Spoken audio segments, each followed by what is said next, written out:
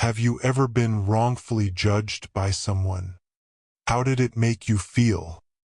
Chika was about to experience that feeling, one that would stay with her for the rest of her life, just not in the way you might expect. Chika was returning home from boarding school to spend the holidays with her family, a journey she had been quietly looking forward to for weeks. She arrived at the airport far earlier than necessary. To pass the time, she wandered through the busy terminal, scanning the shelves of a small shop, until she found a magazine that caught her eye. With a warm bag of akara in hand, she finally settled into a quiet corner, ready to wait, her heart already halfway home. She became completely absorbed in her magazine, lost in its pages, when something unusual caught her attention. From the corner of her eye, she noticed the man seated beside her, calm, unapologetic, reaching into the bag of akara between them and helping himself. She paused for a moment, surprised by his boldness, but she chose to say nothing, quietly brushing it off, to avoid creating a scene. She kept nibbling at her akara, her eyes drifting between the ticking clock and the shrinking contents of the bag. Beside her, the audacious stranger continued, piece by piece, eating away what was hers, without a word. With every passing minute, irritation began to rise within her, slow, steady, and undeniable.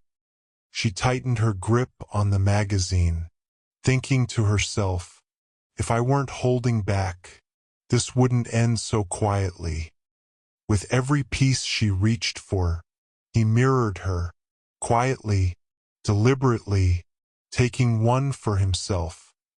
The rhythm continued, until only a single akara remained in the bag. She paused, her curiosity now tangled with irritation, wondering what he would dare to do next. Then, with a faint smile and a slightly nervous chuckle, he picked up the last piece and gently broke it in half. He held out one half toward her as he kept the other. She took it from him, quick, almost reluctant, and a wave of disbelief washed over her. Unbelievable, she thought.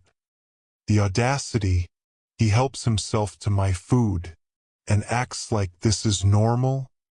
Not even a word of thanks, not even a hint of courtesy. She couldn't remember the last time she had felt so irritated, so quietly outraged. When her flight was finally announced, a wave of relief washed over her. Without hesitation, she gathered her belongings and made her way to the gate, determined not to spare the man a single glance, leaving behind, in her mind, the audacious stranger who had taken far more than just her peace.